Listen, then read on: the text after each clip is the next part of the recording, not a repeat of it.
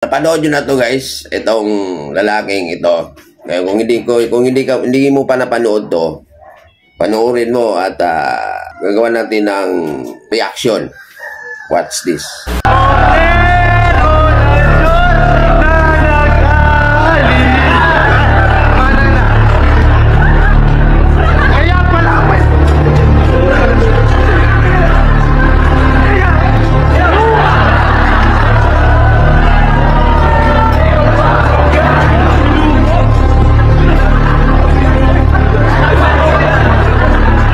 Nakita nyo guys, no? Ura mismo yung nangyari sa kanyang boses. Ura mismo yan. Nung kinanta niya yung Cordero na Diyos, yung kanta ng ating Panginoon. And after that, no, nawalan siya ng boses. No, biglang nawalan. As in, ura mismo. So, nung pinanood ko tong video na to, nagbabasa ako ng comment, no? Marami akong nababasa doon na karma. Alam nyo guys, no? Ang Panginoong Diyos guys, kung ano pa lang yung nasa isip mo, alam niya na yan. Kung ano yung lumalabas sa iyong bibig, no? Yung pagkatapos niya kasing kumanta ng Cordero ng Diyos, may idudugtong pa sana siyang sasabihin. Alam ng Diyos yan kung ano yung lumalabas sa ating bibig. Hindi pa lalabas sa iyong bibig yan. Alam na kung ano yung sasabihin mo. Ang nangyari dyan, yung sinabi diyan, kaya pala, hindi niya na masasabi, hindi niya na masasalita yung karugtong nun. Malamang sa malamang, alam ng Panginoon yung kanyang sasabihin. Kaya hanggang doon lang yung lumalabas sa kanyang bibig na kaya pala may, no? David, kung ito guys yung nangyari sa kanya, no, na ang nangyari sa kanyang boses ay may response yung nasa taas. Yan guys yung nangyari sa kanyang boses dahil hindi na siya makapagsalita. Considered as sakit yan. Considered sa sakit yan, no?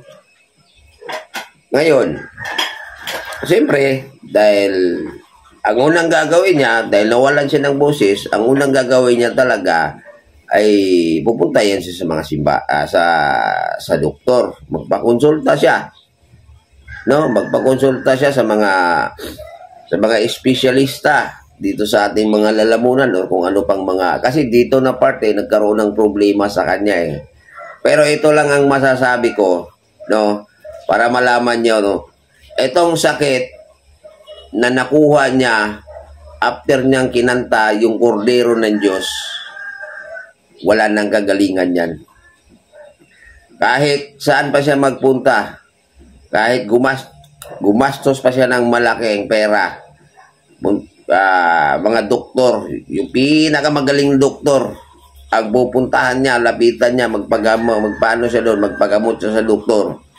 Pinakamagaling na sa buong mundo na doktor, espesyalista dito sa ating boses. Yang sakit niyang nakuha after niyang kinanta yung Cordero ng Diyos, wala nang gagalingan yan. Wala nang gagalingan yan. Dahil yung ginawa niya, considered as a brutal sins sa kanya. Binastos mo siya eh. No? Alam niyo ba yung mga, ano ba yan? Flip-top na yan. Wala kang makukuhang ano dyan, magandang ano. Karamihan dyan yung, ang lumalabas sa kanilang bibig, pambubuli, pambabastos sa kapwa. Di ba? Yan yung ano dyan, no? Yung mga, basta, wala kang makukuhang ano dyan. Ang masama lang, ang hindi lang maganda, mas lalo nang pinalala, dinala niya pa ang pangalan ng Panginoong Diyos dyan sa kanilang paligsahan na nagkaroon ng paligsahan eh. Kaya yung sakit ng taong yan, no, wala nang gagalingan yan. At kahit lumapit pa yan siya sa mga manggagamot, tatanggihan yan siya. Yung kanyang yan, considered as sakit na yan eh kasi hindi na siya makapagsalita eh. Di na siya makapagsalita talaga. May sasabihin siya, di na natutuloy. Wala nang gagalingan yan. At habang buhay na yan, na ganyan, yung kanyang busis. Isipin mo, on the spot. On the spot. Hindi siya, kahit siya mismo, hindi na siya makapaniwala. Oh. Kasi doon sa kanyang ginagawa kasi, lumalabas kasi doon na binastos at nilapastangan niya. Di ba? Isipin mo ba naman magkakanta ka ng ganyan? Alam niyo yung mga Song of God, kaya mga kanta natin regarding sa mga simbahan ganyan. Napaka sagrado niyan, no? At pagka pinakinggan ng Panginoong Diyos yan, yung mga kanta na yan, aliw na aliw ang ating Panginoon dyan. No? Aliw na aliw siya na habang pinapakinggan niya yung mga kanta na para sa atin, na para sa Kanya. No? Kaya nga mayroong tayong mga kanta na ganyan dahil kaya tayo kumakanta ng ganyan para sa Kanya. Tapos kakanta ka ng mga kanta niya na ganung okasyon, no? Malamang sa malamang mayroon siyang gusto pang sabihin, no? Regarding sa Kanya. Pero pinutol agad. Kaya nawalan siya ng busis. Wala nang gagalingan yan. Kahit sino pang manggagamot ang pupunta niya, mga doktor, wala nang gagalingan yan.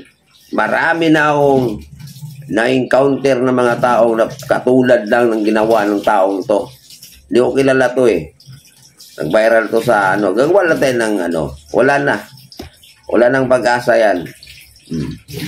Kahit gaano pa karami ang pera mo, kung gusto mong gumaling diyan sa sakit na natamo mo, no, na nawalan ka ng busis, uubusin ang pera mo diyan. Hindi ka gagaling. Wala nang gagalingan yan. Mark my word. Hindi ko lang alam kung kailan nangyari ito. Malamang sa malamang nangyari yan ngayong taon lang. Kasi ngayon lang ito nag-viral to eh. Nag-viral. Wala nang pag-asa yan. Yun. Kaya tayo guys, no, mag-ingat tayo sa ating sinasabi. Lalong-lalo na patungkol sa Kanya. Mag-iingat tayo dyan, no? Kasi ayaw ng ganyan, ayaw ng Panginoong Diyos na binabastos at nilapastangan siya. Dahil sino ka ba? Para sa Kanya, sino ka ba? Para bastusin at lapastanganin mo ako.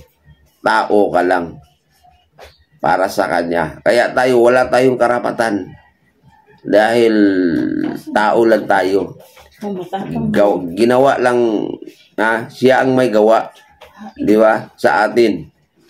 Kaya, ayan, on the spot yung nangyari sa Kanya. Nawalan siya busis lang. Nawalan siya ng busis. Matapang man Ginoo pag ibig. Alam nyo guys, ang Panginoon, hari ng pag-ibig.